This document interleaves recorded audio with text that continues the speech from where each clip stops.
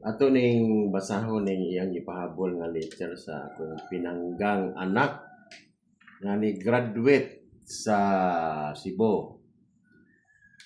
Sa man iyang pahabol nga mga ininsik man Dear to Papa Alex,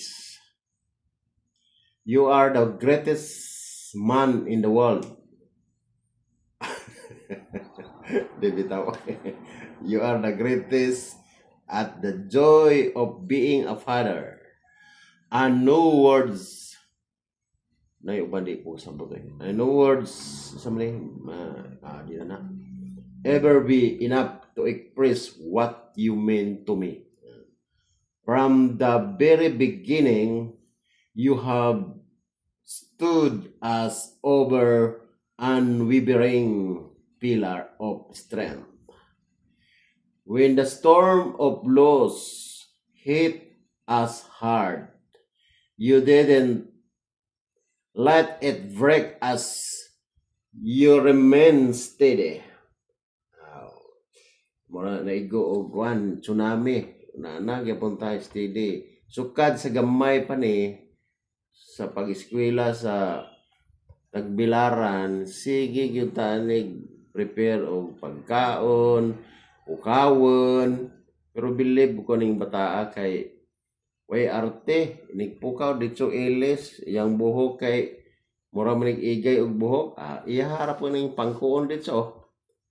Ya, ano po ni siya, kanang lakas loob po niya, nyabot og grade 4, siguro to grade 5. Di na siya magpatod og kanang alalay. Siya ray mag adto sakay og kanang mulabay nga siliste dire. So atong tiwason. Determine and focus on one thing, seeing your children finish school, and now here we are. Okay, graduate na gyud ka, Inday, LJ. Naghantang naagian nga mga pagsulay nga marang tsunami. So thank you kayo sa imong pagpaningkamot. Sige ko kampo buntag udto gabi. Your sacrifice did not go untied pa.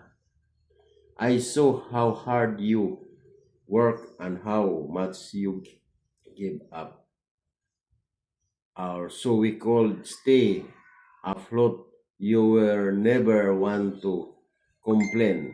You just keep pushing forward even when things look impossible.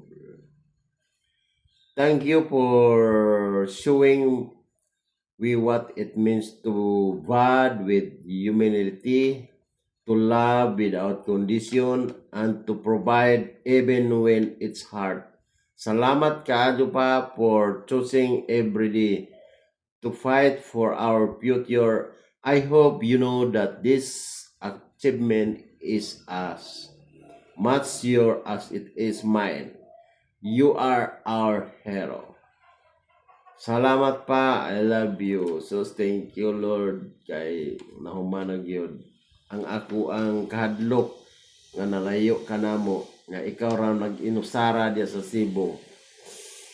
Luoy kaayo in taon ka, wag ka kakaon sa mga pagkaon nga lamian, mga suroy ka dire, di ka ma-problema, pero karon nga giagwanta gyud nimo. So thank you Lord, ni graduate gyud ka diha. Ako'y nahadlok pero ako lang yung gipasalig sa Ginoo kay sa taman nga humok pagkag ilong, humok pagkag tuman ka, pero dako kang pasalamat sa Ginoo nga nahuman gyud ka. So naapag yoy labangonon Lord sa adlaw-adlaw niyang lakaw, sa adlaw-adlaw niyang mga adtuon mga appointment, gabayan mo siya Lord, ubanan mo siya Lord, o magampo gihapon ta kanunay Lord. Magahan kay taas pang labangonon. Nasay labangonon. So naghanta na siya giingon nga nagkot ta sa Kaluoy, nagkot silang kanog panabang, mag tarok tag ano, mag batang tag kanila kanya para successful ang iyang mga plano sa kinabuhi. Og maura to, muluha na ta ko. Lang gyud ta. Lisod ay sacrifice.